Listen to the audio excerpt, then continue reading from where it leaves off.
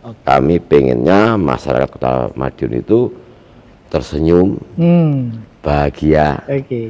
cerah terkait dengan pengelolaan APBD di Kota Madiun itu. Teman-teman itu tidak main-main dengan Raperda, karena ini jelas fungsi kita sebagai lembaga legislasi ya. Tahun ini kita ada Raperda inisiatif ya. Pertama itu Raperda tentang penyelenggaraan kota cerdas.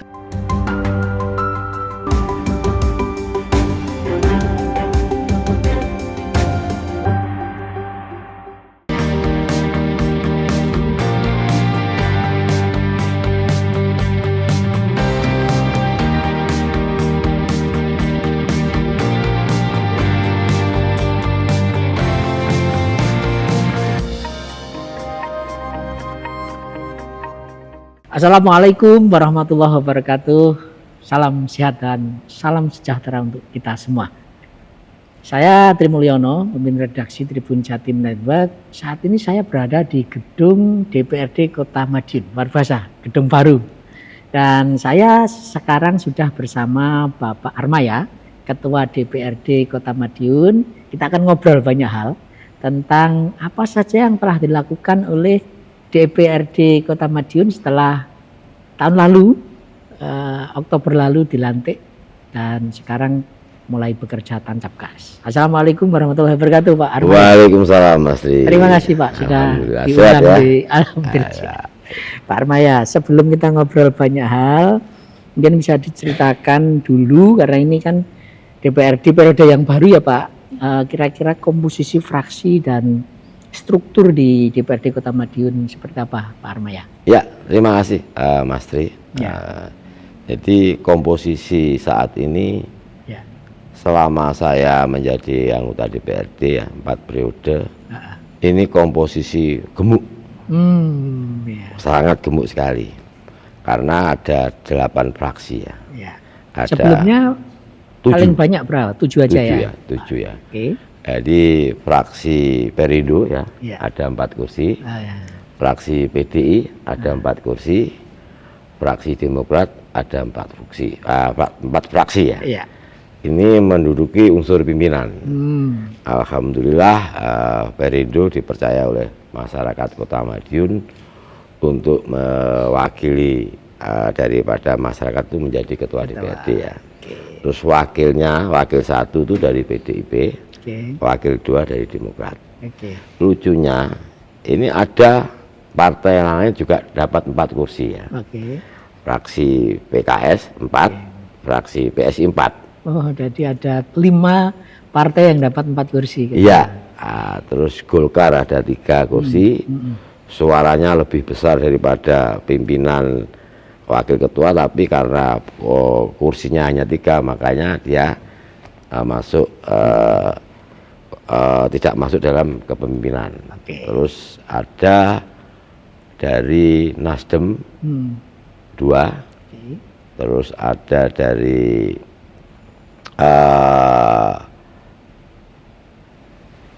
mana ya itu ya, 2 Nasdem, Gerindra 2 juga. Gerindra 2. Terus yang ya itu aja itu. Itu menjadi karena ini gabungan, makanya ada 8 fraksi ya. Dengan jumlah total 30 anggota DPRD, 30 anggota ya? Iya, 30 anggota. Jadi ini akhirnya ada fraksi gemuk, fraksi gemuk. Nanti dalam prosesnya itu tentunya harus kita tempatkan pada satu frekuensi di lembaga ini, karena harus kita hilangkan kepentingan pribadi, kepentingan partai, kepentingan golongan saat kita duduk di sini. Betul sekali. Tentunya kita di sini ini lembaga yang tidak mempunyai otoritas terkait dengan penyelenggaraan kebijakan. Kita hanya di kebijakan.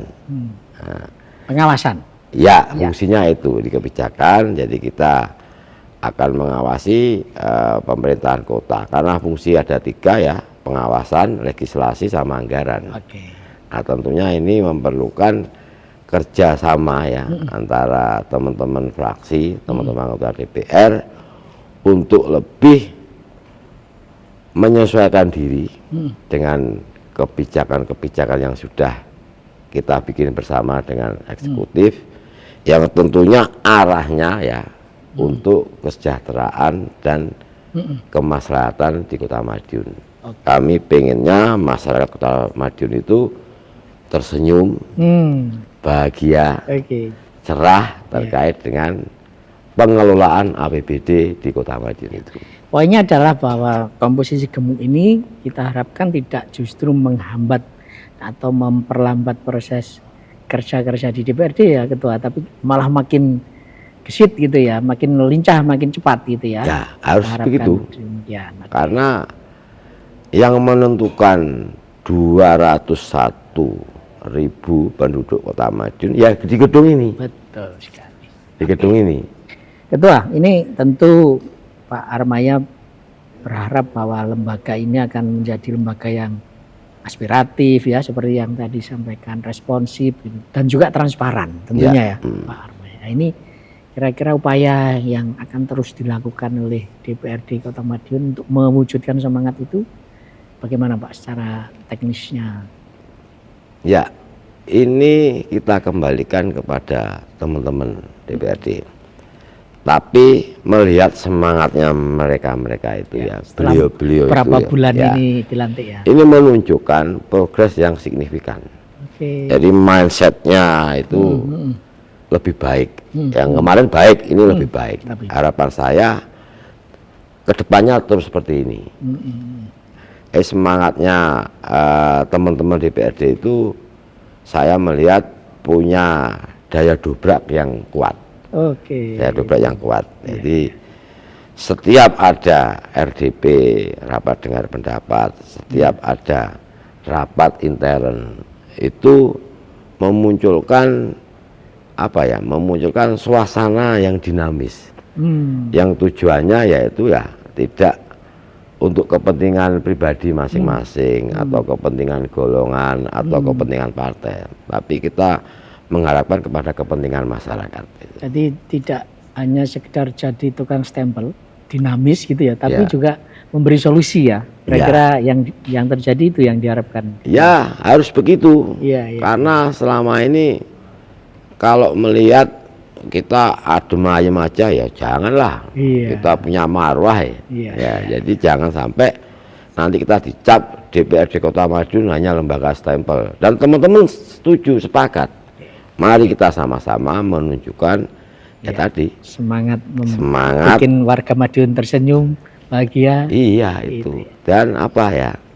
Jadi mindsetnya itu yang harus dirubah, bahwa kita duduk di sini ini tidak hanya datang duduk, terus datang duduk drongap terus terima gaji, enggak. Ini sekarang ini saya melihat seperti itu. Jadi mereka sangat kritis. Sangat kritis dengan apa yang terjadi di Kota Madiun ini. Gitu. Pak Armaya, kita tahu bahwa agar roda pemerintahan di satu wilayah ini kan dua pihak yang paling berperan adalah eksekutif dan legislatif. Legislatif DPRD, lalu ada eksekutif. Nah, kira-kira idealnya Pak Armaya, kita ngomong idealnya ya, hubungan antara eksekutif dan legislatif itu seperti apa ya idealnya? Dan mungkin Pak Armaya juga bisa ngasih catatan selama ini hubungan eksekutif dan legislatif di Kota Madiun seperti apa? Ya, jadi ya harus sinergi lah. Itu ya, kata kuncinya sinergi. Gitu sinergi, ya kan? Terus fungsi check and balance, ya kan? Terus sinergi tidak hanya dengan dua lembaga ini. Tiga lembaga ini harus dengan yudikatif. Itu harus. Ada aparat penegak hukum, ada pengadilan. Ya itu. Karena kalau tiga lembaga ini tidak sinergi, pasti nanti akan muncul apa ya? Ketidakharmonisan. Nah ini kalau ada ketidakharmonisan, terutama antara eksekutif dan legislatif ya. Itu nanti yang dirugikan masyarakat. Nah, Ya kalau kita fine aja dengan eksekutif ya monggo, tapi kami jangan dibelenggu, kami jangan didikte. Ya fungsi kita yang harus diutamakan. Ya, fungsi 3 tadi, karena kalau kita terbelenggu dengan eksekutif ya kurang baik. Kurang baik itu. Jadi itu idealnya hubungan antara eksekutif dan legislatif. Dan selama ini seperti apa Pak Armaya? Pak Armaya kan sebelumnya juga ketua DPRD Kota Madiun ya, dengan pemerintahannya Pak Maidi. Sekarang juga Pak Maidi akan terpilih lagi menunggu pelantikan. Sejauh ini hubungannya gimana Pak? Kalau dengan Pak Maidi kemarin saya wakil. Oh iya, wakil ketua. Nah, sekarang kan saya ketua. Ya secara personal tidak ada masalah. Secara person ya, beliau ini sebelum jadi wali kota kan pernah jadi sekda kan. Iya. Dan saya pernah jadi wakil wali kota meskipun setahun kurang 4 hari. Secara person nggak ada masalah, cuman kalau nanti masalah kebijakan ya kita lihat dulu. Tetap kritis sih Pak ya. Nah, iya, harus itu. Ya, baik, tapi demi kepentingan warga Madiun harus kritis. Iya itu.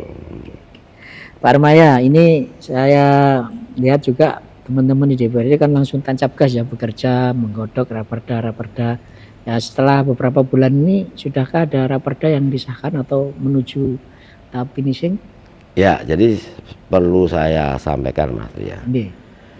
Jadi setelah kita dilantik bulan Agustus, ya. Terus ada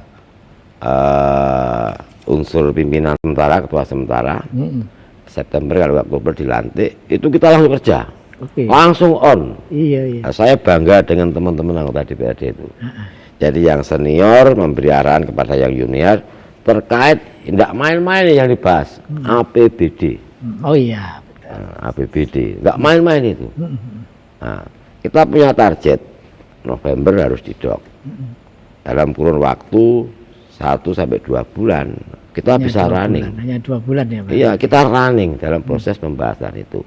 Tentunya kita juga ada tenaga ahli pendampingan terkait dengan proses pembahasan APBD.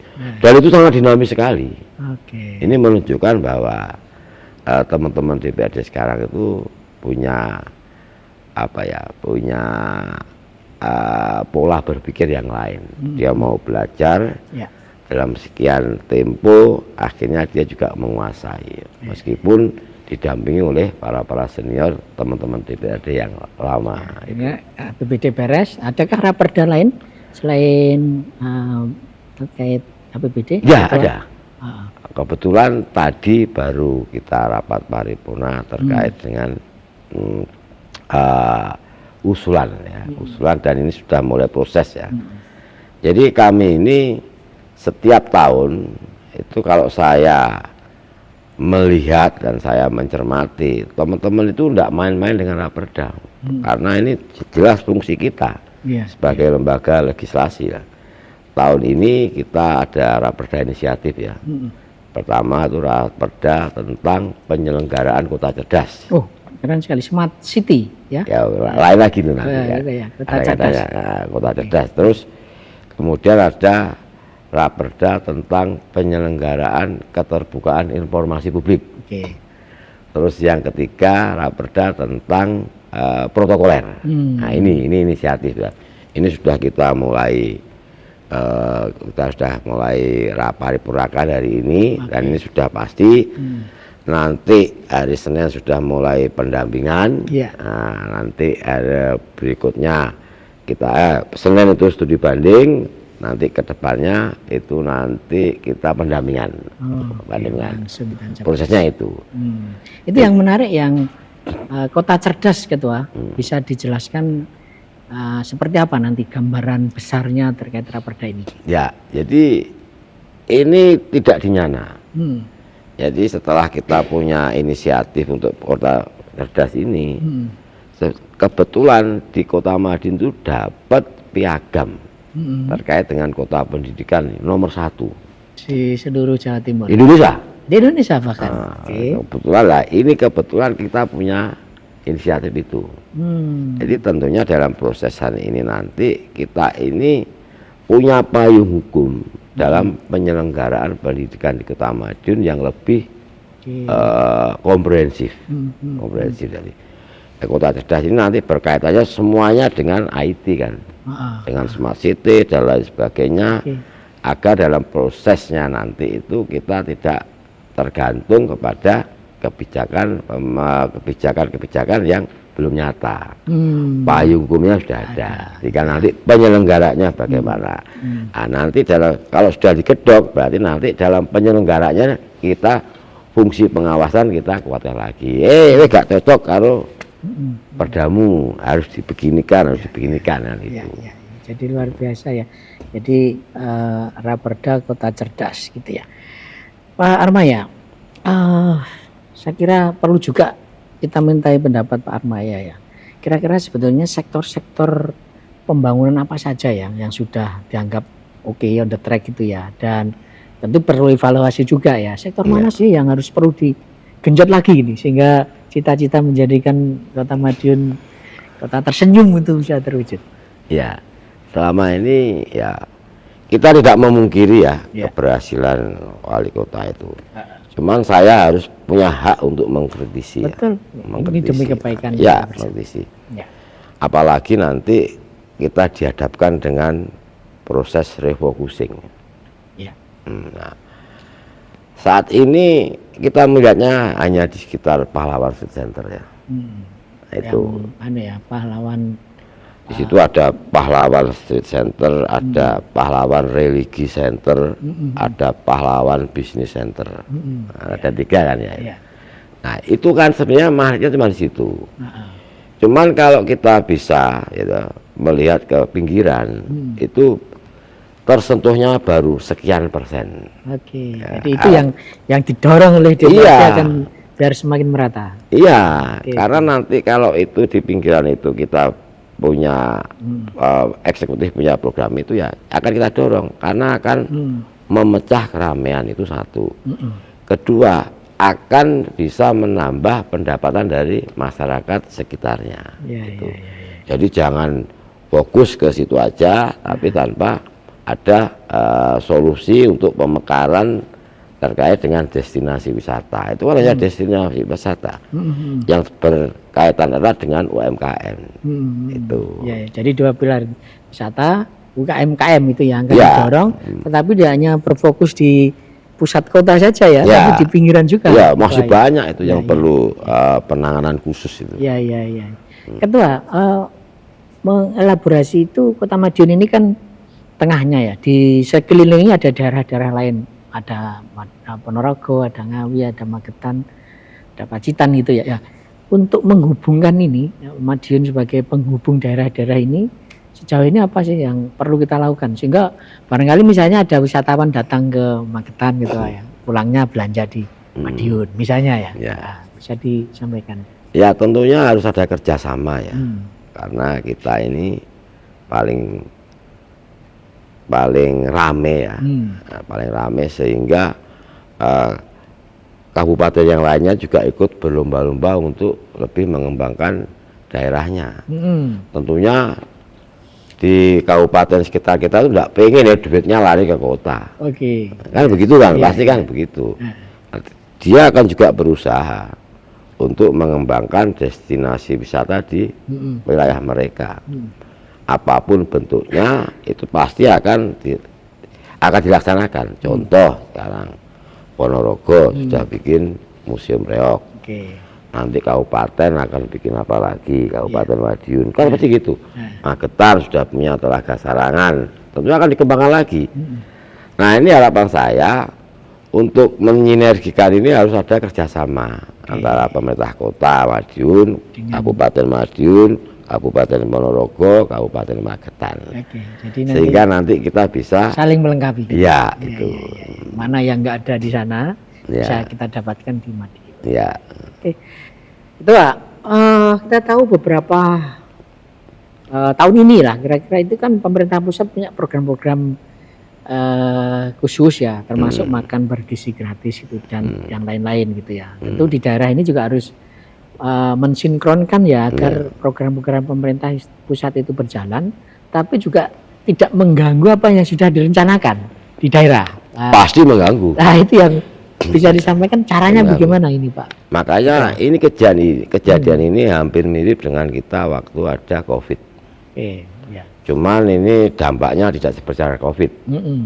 Cuman kita mainnya di pemangkasan ya, pemangkasan terkait dengan perjalanan dinas, pemangkasan terkait dengan pembangunan infrastruktur. Nah, kita sebelum itu, jadi intinya ketika ada program pemerintah pusat kayak MBG ini, akhirnya ada refocusing yang tadi dimaksud ya, ada refocusing anggaran gitu. Oh, pasti itu. Nah, ini bagaimana Ketua bisa dijelaskan cara mensiasatinya biar sampai saat ini kan kita belum tahu. Jadi juknisnya terkait dengan dana transfer yang ada di Kota Madiun itu dengan SE Mendagri. Belum turun ya Ketua. Sudah, tapi secara juknisnya kita belum. Makanya untuk menghindari nanti agar tidak ada kesalahpahaman, karena saya yakin pemerintah kota ini sudah mau melelang terkait dengan pembangunan. Vendor. Bukan, akan melelang terkait dengan infrastrukturnya, pembangunannya kan. Akan seperti kemarin itu kan COVID sudah kita lelang, ternyata dibatalkan, kan kasihan. Iya.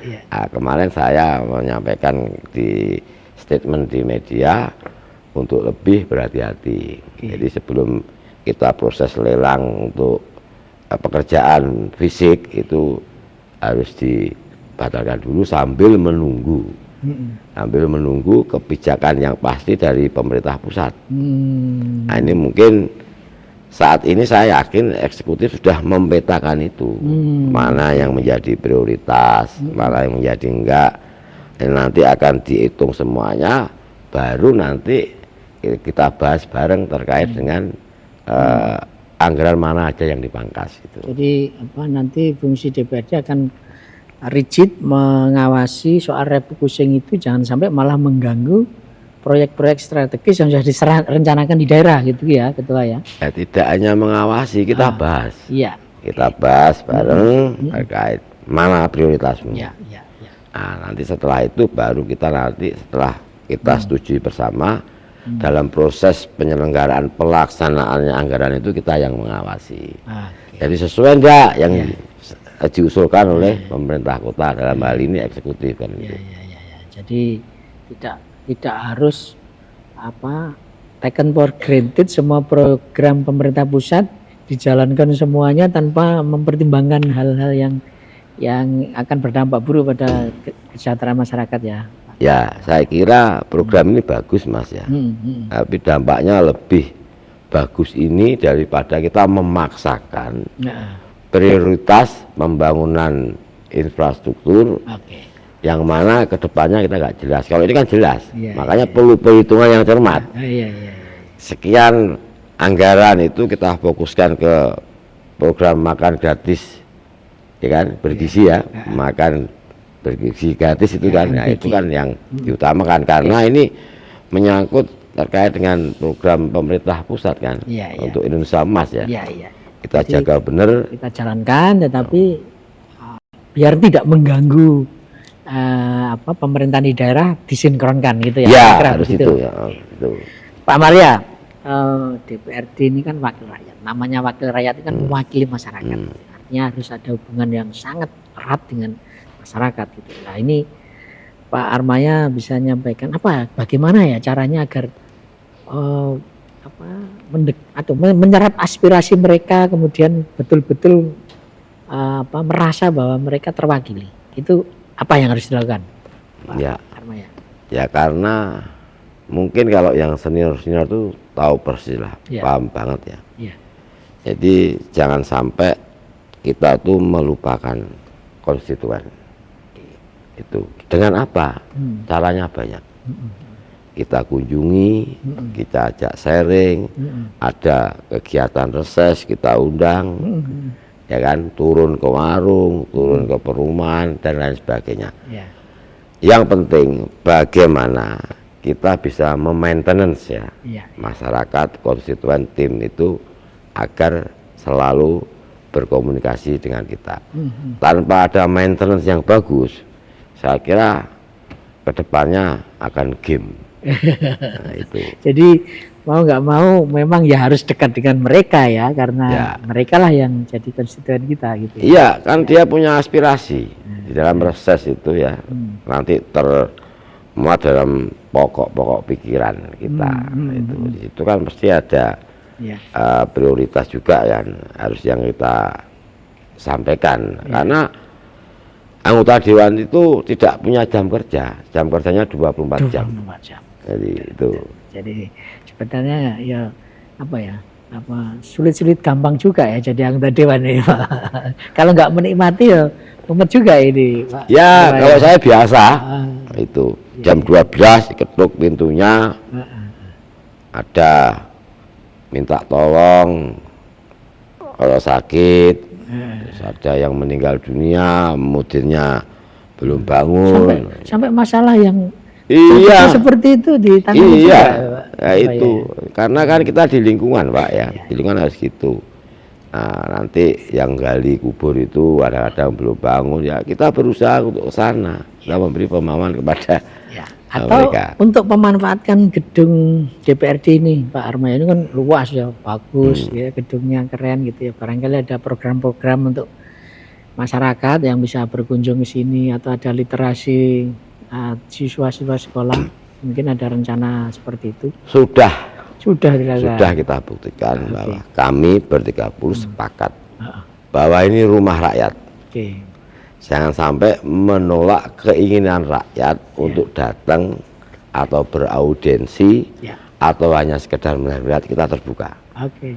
Jadi selama ini saya sudah menerima ada 3 ya, dari SD, SMP, SMA. Oh, sampai SD juga ya tertarik. Saya itu. bawa ke sini, saya Iya. coba, saya latih, saya praktekkan begini caranya rapat paripurna. Mereka duduk di sini semua. Gitu. Iya. Menarik itu, Pak. Pembelajaran politik Iya. agar anak-anak muda itu tidak apatis dengan dunia Iya, politik. dikira politik itu kejam, Nah, kotor gitu. ya kadang-kadang kejam.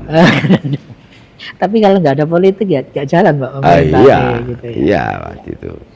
Baik, Tribuners dan pemirsa harian Surya dimanapun berada, menarik sekali ya tadi obrolan kita dengan Pak Armaya, orangnya to the point gitu, terang-terangan, belak-belakan gitu. Dan satu poin yang tadi ditegaskan oleh Pak Armaya bahwa DPRD itu bukan stempel, Ya, bukan lembaga stempel. bukan lembaga tukang stempel, Ya. tapi akan menjalankan fungsi sebagai check and balance terhadap pemerintahan di eksekutif, dengan harapan Kota Madiun menjadi kota yang tersenyum bagi masyarakatnya, terutama di Jawa Timur akan menjadi kota yang paling maju.